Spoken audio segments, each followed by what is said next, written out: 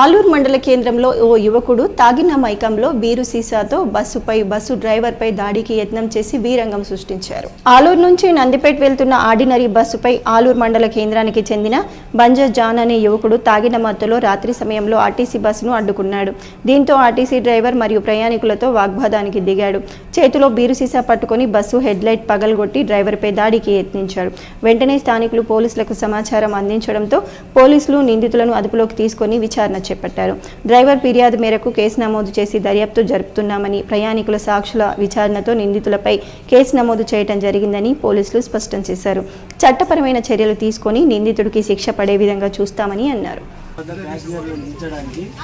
Bus side కాపినప్పుడు ఆయన horn కొట్టుకుంటూ పక్కకు వచ్చి హారన్ ఎందుకు కొట్టినామని చెప్పేసి బీర్ సీసా పట్టి కొడితే డ్రైవర్ కొద్దిగా తాగింది, వేరే లేడీస్ కూడా తాగింది.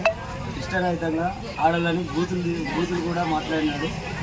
ఇంకా అవసరమైతే మళ్ళీ ఇంకోసారి వచ్చి డ్రైవర్ని కండక్టర్ని కూడా బెదిరించి కొట్టడానికి మీదకి వచ్చిండు.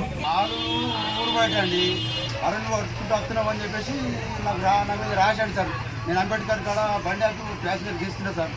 వీళ్ళందరూ 40 మంది లేడు ప్యాసింజర్ కూడా ఉన్నారు సార్. నువ్వు నాకు అరణ్ కొట్టుకుంటూ వస్తున్నావా, లంజ కొడుక లంపి కొడుక ఆడలను కూడా తిట్టాడు సార్ విపరీతంగా. నా కాలుకు బ్లాక్ తాకింది సార్. నేను కూడా అమ్మ నేను దిగుతానంటే నన్ను ఏం చెప్తున్నాను సార్. ఆ అమ్మ దిగకుండా బండిలో ఉన్నా సార్.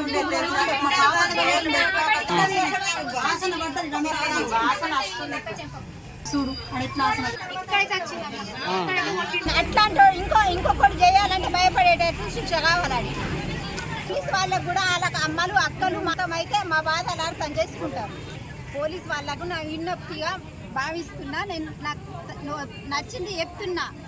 ఇట్లాంటి ఎక్కడ జరగకుండా చూసుకోమని